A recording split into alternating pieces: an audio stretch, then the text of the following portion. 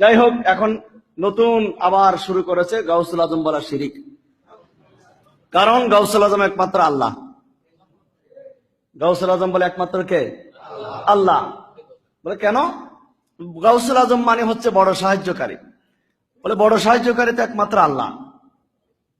ঠিক আছে, তখন আমি কালকে রাত্রে বলেছি, আপনাদেরকে যদি কেউ এই জাতীয় কথা বলে, আপনি তাকে জিজ্ঞেস করবেন যে তুমি কি মোমেন না কাফের। দুই অবস্থা থেকে খালি নয়, হয়তো হবে অথবা কাফের। তো সে কি বলবে? আমি কাফের? কোনদিনও বলবে না। সে বলবে আমি মোমেন। যদি মোমেন হয় আপনি বলবেন তাহলে তুমি বড় মুশরিক। যদি মোমেন হও তাহলে কি? মুশরিক। কেন মোমেন আবার মুশরিক হয় কেমনে? তখন আপনি কোরআন শরীফ থেকে দলিল দেবেন। সূরা হাশরের শেষের দিকে আয়াতের মধ্যে আছে, আল মালিকুল কুদ্দুসুস সালামুল,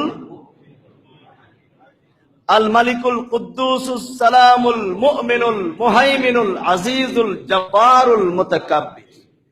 এগুলো কার নাম? জোরে বলেন, কার নাম? আল মালিকুল কুদ্দুসুস সালামুল মুমিনুল মুহাইমিনুল আজিজুল জব্বারুল মুতাকাব্বির। আল্লাহ রাব্বুল আলামিন এই আয়াতের মধ্যে আল্লাহর গুণবাচক নাম উল্লেখ করেছেন। একটা গুণবাচক নাম হলো আল মালিক, তারপরে হলো আল কুদ্দুস, তারপরে হলো আসসালাম, তারপরের নাম হচ্ছে আল মুমিন। তাহলে মোমেন কে? তো আল্লাহ তো মোমেন। এটা কার নাম? তো তুমি কেমনে মোমেন হবা? ওইটা তো খেয়াল করি নাই।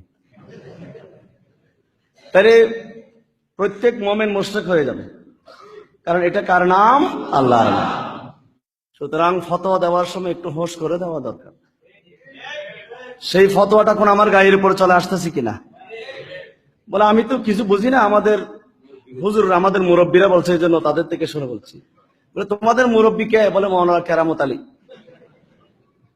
কি কি কেরামত আলী? বললাম মাওলানা। তুমি তো আবার শিরিক করলা। মাওলানা কেরামত আলী যখন বললা, তুমি তো আবার শিরিক করছো। বলে কেন? বলে মাওলানা তো আল্লাহ।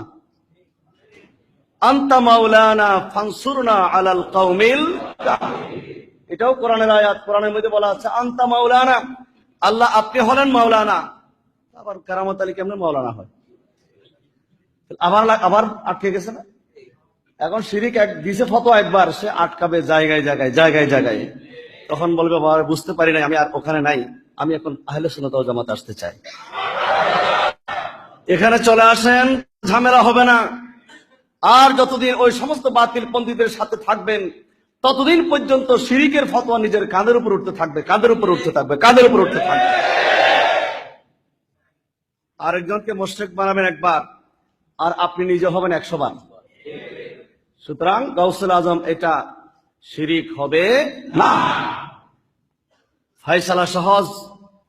আল্লাহ রাব্বুল আলামিন বড় সাহায্যকারী, কোনো সন্দেহ নাই। আল্লাহ হচ্ছেন নিজে নিজে।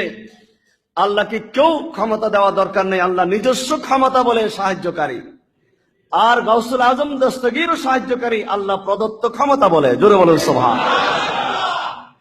আল্লাহ যদি ক্ষমতা দিয়ে থাকেন, আমার সমস্যা কি?